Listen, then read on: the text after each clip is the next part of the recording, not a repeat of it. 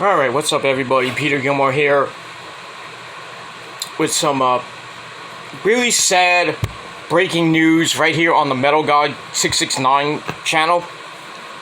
Thank you all for watching. Make sure you like the video. I don't even need to do the intro this time. But thank you all for watching on the Metal Guy channel.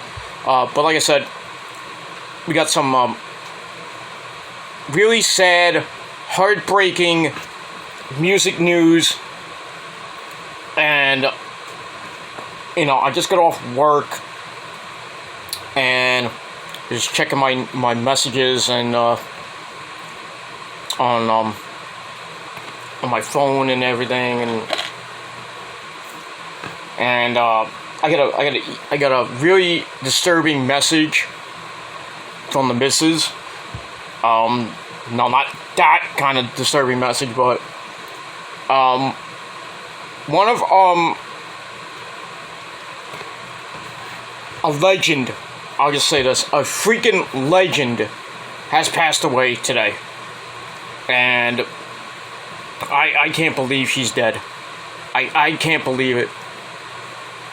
For those of you who don't know, or just living under a fucking rock, we lost Olivia Newton-John today. Yeah, Olivia Newton-John. Legendary singer, legendary actress. We all remember her from Grease 1 and many other films she's been in. And terrific singer and philanthropist. I can't even say that word, but it is what it is. But somebody I actually looked up to and I liked a lot back in the 80s, even the early 70s when Grease came out. She was such a doll. And but anyway, yeah, Olivia Newton-John has passed away at the age of 73 after a long struggle with breast cancer. She died this morning at her ranch in Southern California. So she died peacefully in her sleep, surrounded by family and friends. She's survived by her husband, John Easterling, who announced the news on Olivia Newton-John's official Facebook page. And also she's survived by her daughter, Chloe Latanzi. Hope I'm saying that right. I'm still in shock. I mean, when the missus, I got the message, and then she called me like 20 minutes ago crying. I'm like, what are you crying about? She's like, Olivia Newton-John died. I'm like, what? Are you kidding me? He's like, no. Like, go on TMZ. I'm like, okay. Because you have to, I'm not making fun, but, when you hear about somebody dying, you usually go to TMZ first, or you look it up on Google. So, I mean, it's on TMZ, it's on a lot of web pages right now, Yahoo, everywhere. But yes, it's true, Olivia Newton-John has passed away. And in a statement from her husband, and I quote, this is coming from Yahoo Entertainment, Dame Olivia Newton-John, 73 years old, passed away peacefully at her ranch in Southern California this morning. Surrounded by family and friends, we ask that everyone please respect the family's privacy during this very difficult time. Olivia has been a symbol of triumphs and hope for over 30 years, sharing her journey with breast cancer. Her healing inspiration and pioneering experience with plant medicine continues with the Olivia Newton-John Foundation Fund, dedicated to researching plant medicine and cancer. In lieu of flowers, the family asks that any donations be made in her memory to the Olivia Newton-John Foundation Fund at the website onjfoundationfund.org. So if you want to make a donation, go do it. But it is what it is. Beloved by her fans as Sandy in 1978, the 1978 musical Grease, alongside another up-and-coming actor, That's John Travolta. Before, I think it was before or right during Welcome Back, Kotter, which basically made him, and then you don't remember what happened to him after that. You know, Silent Night Fever. You know, Staying Alive, the sequel to that one, and then many other great movies John Travolta had. But Olivia Newton-John, great singer, winning not one but 2 Grammy Awards for her 1974 country single, I Honestly Love You. Wasn't really a country song, but still. Scoring the top single 1982 with her pop hit Physical. Remember that song? And, you know, another great song, You're the One I Want, you know, Grease Lightning, stuff like that. A tireless advocate for breast cancer awareness and treatment since her own first diagnosis in 1992. She's the founder of the Olivia Newton-John Cancer Wellness and Research Center in her hometown of Melbourne, Australia. Basically, she was the girl next door back then. Back when she was an innocent little girl, or a little woman, if you want to think about that. She was born in Oxford, England in 1948. When she was 5, she relocated with her parents and 2 other siblings to Melbourne, where her World War II codebreaker father, Brindley Newton-John, served as headmaster of Ormond College, where Olivia's grandfather on her mother Eileen's side was also a professor there, Max Born. Nice name. Not being fake fun, but kind of just a weird name. Winner of the 1954 Nobel Peace Prize in Physics. At the age of 11, Olivia weathered her parents' difficult divorce, which she would later describe in her song called Changes. Not that one. Not the one that Ozzy sang. It's a different one. She began to pursue singing, being a regular fixture on local Aussie TV beginning in 1964. At age 16, she won a talent contest on the show Sing, Sing, Sing. Kind of like the Australian version of Star Search. Receiving the prize of a trip to England. Very nice. She recalled in a 1975 People magazine article, quote, I had to decide on finishing school or going after stardom, so what do you do when you go after stardom? You quit school when you go back later. Blah, blah, blah. Her first solo album, 1971's If Not For You, heard her first international hit, the Bob Dylan cover of, I guess, the same song, which reached number 25 on the US charts. And then after that, she was basically a folk rock, and then she went to country, international star. The title song from her third album, Let Me Be There, was released in 1973, went gold and peaked at number 7 on the country charts. Between 1974 and 76, the crossover artist would have 7 songs land in the top 10 country singles. See Grammy Awards for Let Me Be There and I Honestly Love You, the number 1 single from her next studio album. But there was a little bit of controversy during that time. She won the Country Music Association's 1974 Female Vocalist of the Year award, beating Dolly Parton, Anne Murray, and Loretta Lynn. That's a big list to beat. Jeez. And some Country Music Award members were pissed about that because, hey, some woman from Australia won the award. You know, and the hometown girl was like really Loretta Lynn and Dolly Parton back in that day. And during 75 and 77, she topped the U.S. Adult Contemporary chart 7 times with singles like Have You Never Been Mellow, which went to number 1 on the pop charts, number 3 on the country chart.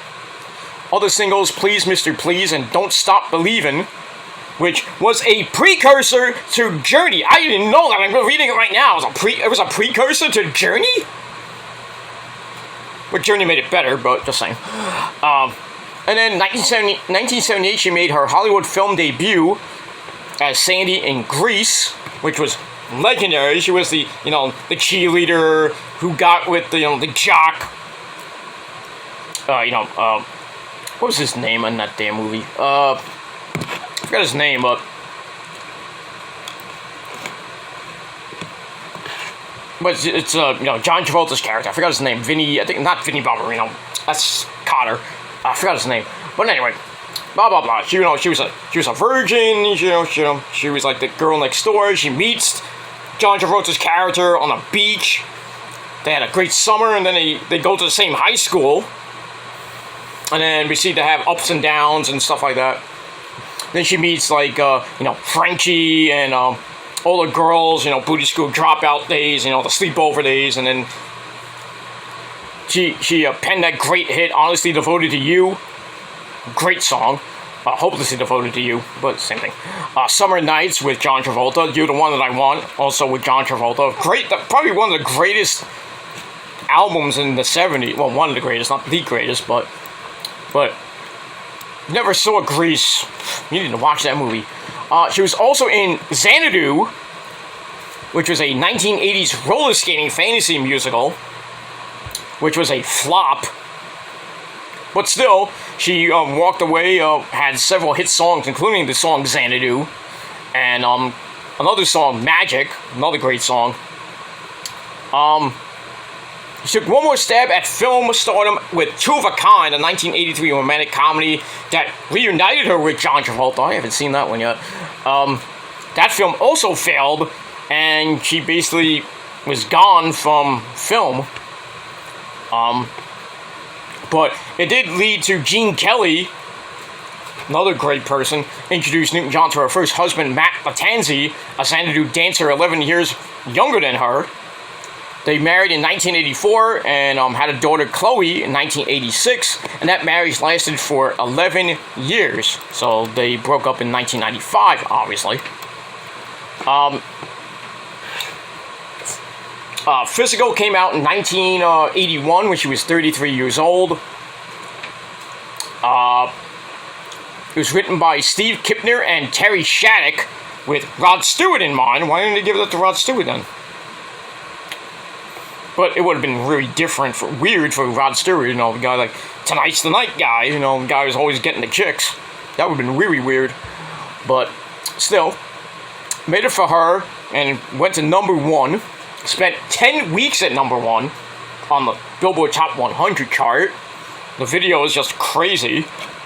She's in a leotard looking hot, and then you see all fat, sweaty guys, working out. She's trying to get them in shape, and then by the end of the video, you see like big, beefy men slapping me. No, big, beefy men like gawking at her, with like, their muscles. She's like, oh my god! And you can see half their, they're in their Speedos. You can see their that giant wangs and stuff. Not that I was looking, but still, one of her biggest hits, which was penned as sexiest song of all time in 2012. She still released a lot of albums after that.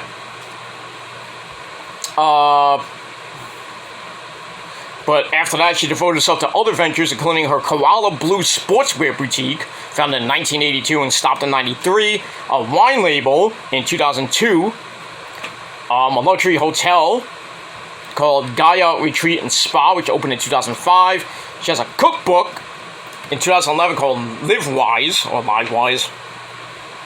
Became an environmental activist, serving as the first Goodwill Ambassador to the United Nations environmental program, creating National Tree Day, which resulted in over 10.5 million trees planted in Australia since 1996. That's pretty damn good.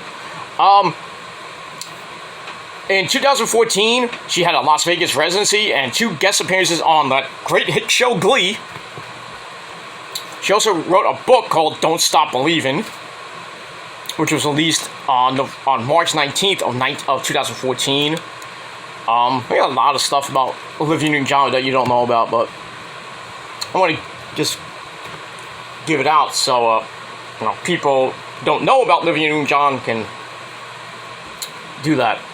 Anyway, 2005 became involved in a bizarre mystery when her on-again, off-again boyfriend Patrick McDermott, remember him?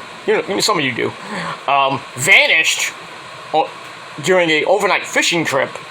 None of the 22 other passengers on the boat saw him go overboard. So people thought he was lost at sea. I think later they found him. Reports of his sighting continued to crop up from time to time, including a November 2017 photograph taken in Mexico that turned out to be a Canadian pub owner on vacation. So we still don't know what happened to that guy. She was in a lot of pain, which was in her book.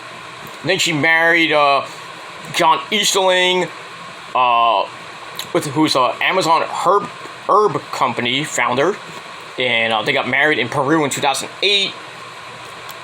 But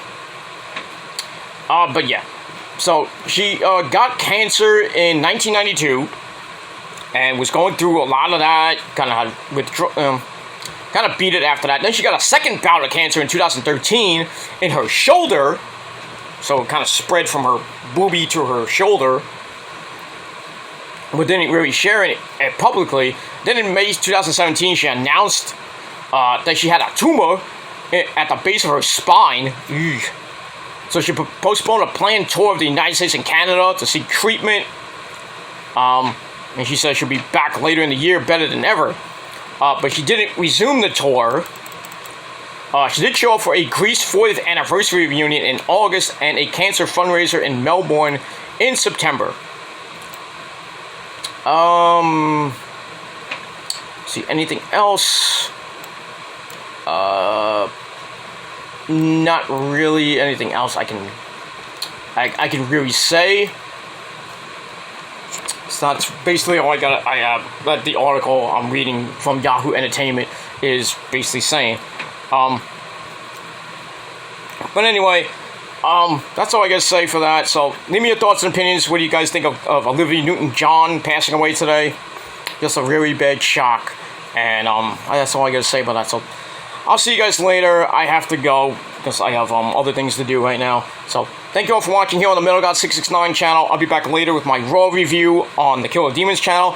But for now, I'm out. Rest in peace, Olivia Newton-John. I'm out.